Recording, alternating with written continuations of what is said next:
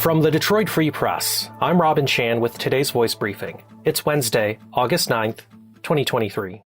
I'm Frank Witzel with the Detroit Free Press.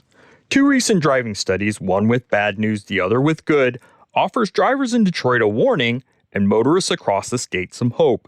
The bad news, a San Diego, California-based company, CellMax, that buys used cars, recently ranked Detroit the most dangerous city for drivers based on its analysis of data from the National Highway Traffic Safety Administration.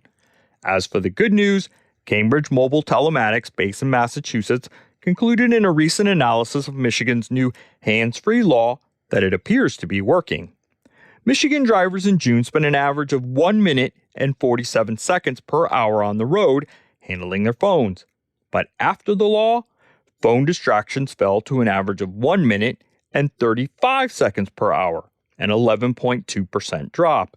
Every 10% decrease reduces the crash rate by 1.4%. That translates into preventing 2 fatalities, 650 crashes, and $15.5 million in property damages. This is Phoebe Wall-Howard, an automotive reporter at the Detroit Free Press, who sometimes writes about Mackinac Island. Well, you heard it here first. Mackinac Island hotel rooms are already booking up for an especially big week next July. The 100th anniversary of the Port Huron to Mackinac Island race, hosted by the Bayview Yacht Club, takes place on Saturday, July 20th. During that period, Sunday through Wednesday, the island is turned upside down with parties and celebrations, music and food. Right now, go to freep.com to find out which hotels are taking reservations, who's booked up, and how to get on a waiting list. Freep.com. From Tigers reporter Evan Petzold, former Detroit Tigers catcher Jim Price died Monday. Price also worked as radio analyst and color commentator for much of the last 30 years for the team. He was 81. Price was born in Harrisburg, Pennsylvania, and was the backup catcher to All-Star Bill Freehan from 1967 to 71. He played 64 games in 1968 when the Tigers won the World Series over the St. Louis Cardinals. In 261 MLB games, all with the Tigers, Price hit .214 with 18 home runs, 17 RBIs, 62 walks, and 70 strikeouts. After Price's playing career, he shifted to broadcasting. Price became the Tigers' play-by-play broadcaster for games on Pro-Am Sports System in 1993 and shifted to the radio booth in 1998. He called games alongside Frank Beckman, Ernie Harwell, and Dan Dickerson.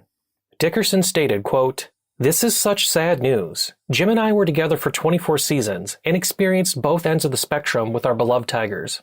From a tough season in the first year after Ernie retired to 2 trips to the World Series, Jim helped me get through that first season, which made what happened 3 years later all the sweeter." End quote. For more on the life and legacy of Jim Price, you can search for Evan Petzold's article, Detroit Tigers radio announcer Jim Price, role player for 1968 World Series team, dies, on Freep.com. I'm Andrew Burkle with the Free Press Sports Department, and this week, the Detroit Lions added a little bit of insurance to their quarterback room.